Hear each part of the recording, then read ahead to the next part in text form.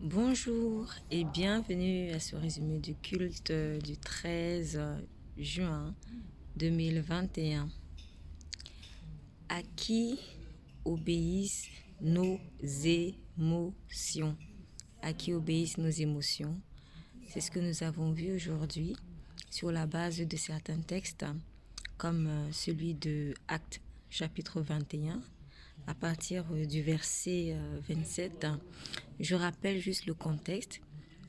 L'apôtre Paul est de retour à Jérusalem et il va dans le temple pour faire un rituel que les Juifs avaient l'habitude de faire.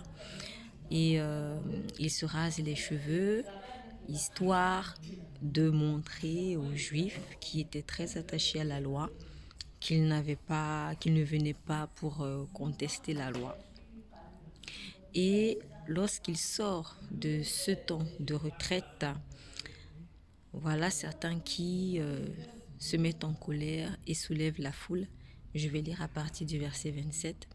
Et comme les 7 jours allaient être accomplis, donc les 7 jours de ce vœu de Naziréa, on l'appelle, les Juifs d'Asie, l'ayant vu dans le temple, on parle de Paul, émurent toute la multitude et se saisirent de lui, de l'apôtre Paul, en criant: Hommes israélites, aidez-nous.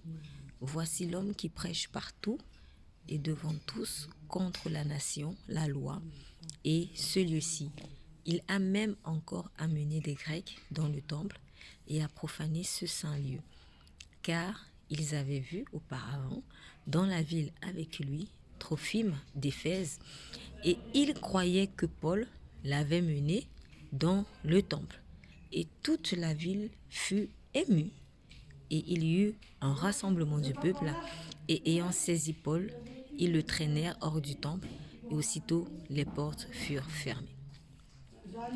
Vous voyez que dans ce contexte, on voit que la foule a été émue à cause des accusations qui ont été portées contre l'apôtre Paul. En réalité, c'est une tactique que le diable utilise très souvent.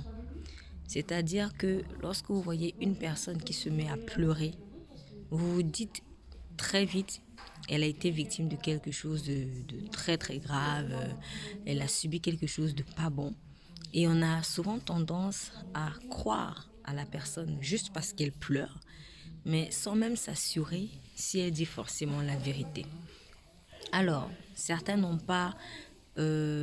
tombent pas toujours dans le piège, mais très très souvent, nous tombons dans ce piège.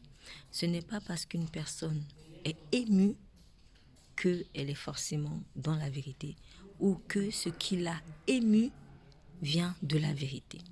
En tout cas, dans ce passage-ci, on voit que ce qui a ému la foule ne venait pas de la vérité de Jésus-Christ. C'était l'esprit d'erreur, puisqu'on nous dit, dans le verset 29 précisément, ils ont accusé Paul d'avoir amené un grec dans le temple de Jérusalem et ils ont estimé que Paul l'avait fait.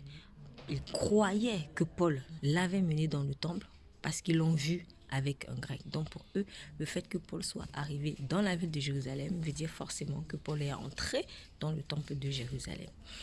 Donc vous vous rendez compte que Paul a été injustement accusé, trahi, insulté, emprisonné, parce que quand vous lisez la suite, vous verrez que Paul a été emprisonné et c'est de là qu'est parti finalement en fait son assassinat, parce que Paul finalement s'est fait tuer en allant à Rome. Mais tout est parti de Jérusalem. Donc ce sont les Juifs qui l'ont amené, qui l'ont trahi et qui l'ont fait traîner jusqu'à Rome. Bref, ça c'est une autre histoire, mais ce sur quoi nous aimons insister aujourd'hui, c'est attention à nos émotions. Une personne qui vient pleurer devant moi n'est pas forcément une personne qui est dans la vérité ou qui dit la vérité. Et sachez que l'ennemi saura très bien utiliser ses émotions pour vous amener dans l'erreur. Ce n'est pas parce que une personne est très romantique que c'est forcément la personne que Dieu a prévue pour moi. Et oui, je suis en train de parler aux gens qui sont très très sensibles à cela. Je sais que c'est pas évident. Moi-même, je suis une fin romantique. J'aime bien le romantisme, mais le Saint-Esprit m'a appris une chose. Il faudra que ce soit équilibré. C'est-à-dire qu'il faudrait que cette tendance au romantisme-là soit soumise au Saint-Esprit. En tout cas, Dieu, il est très sensible à cela. Quand on lit le livre des Cantiques dans la Bible, on voit vraiment cet amour qui est entre le fiancé et la fiancée. Tout cela vient de Dieu. Cependant, Dieu ne se laisse pas aller par ses émotions. Non. Si le Seigneur devait regarder à chaque fois à toutes les personnes qui pleurent, il n'accomplirait jamais son plan. Lorsque Jésus allait à la croix de Golgotha, on voit qu'il y avait des femmes qui pleuraient. Marie aussi, qui était la mère de Jésus terrestre, elle a sûrement pleuré, elle a forcément pleuré. Qui ne pleurerait pas en voyant son fils être aussi maltraité? Mais Jésus n'a pas regardé aux larmes de Marie. Jésus avait mal pour Marie, mais il ne s'est pas laissé aller en fait par les émotions de sa maman. Il ne s'est pas laissé aller par les émotions de toutes ces femmes qui pleuraient, qui disaient même on va prier pour toi. Et Jésus avait répondu, femme, ne pleurez pas pour moi, mais pleurez pour vous et pour vos enfants. Donc Dieu n'est pas un Dieu sentimentaliste.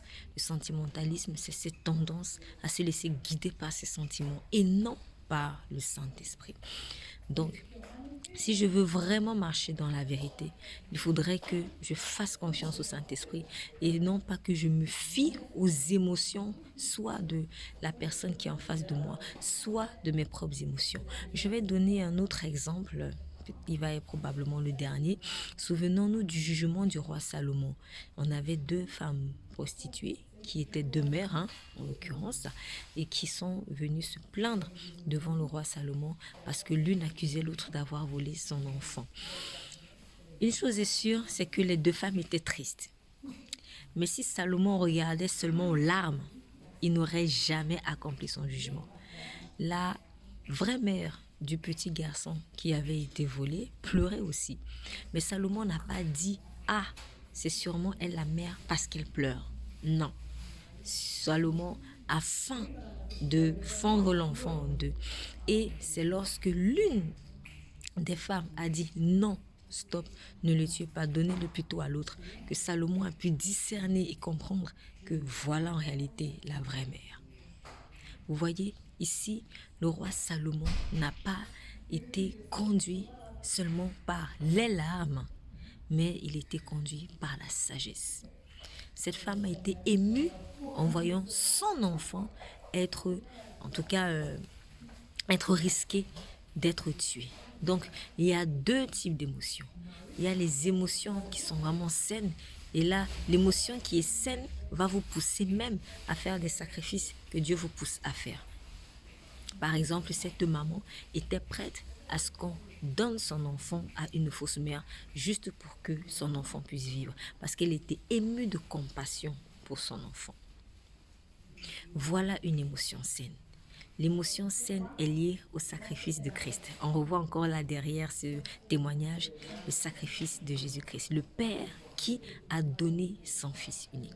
Donc si je suis conduit par des émotions qui viennent du Saint-Esprit, je n'aurai pas peur de sacrifier ma vie, de sacrifier ce que Dieu me demande de sacrifier afin que son amour puisse vraiment se déployer en moi.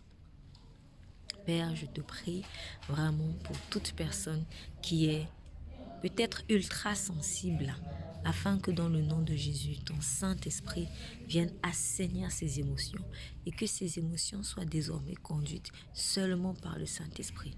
Père, que cette personne pleure seulement quand tu pleures, que cette personne rit seulement quand tu ris, qu'elle ne pleure pas lorsque toi tu es en train de rire et qu'elle ne rit pas lorsque toi tu es en train de pleurer. Je te prie également pour toute personne qui a cette mauvaise tendance à vouloir toucher les gens en pleurant, en jouant les victimes.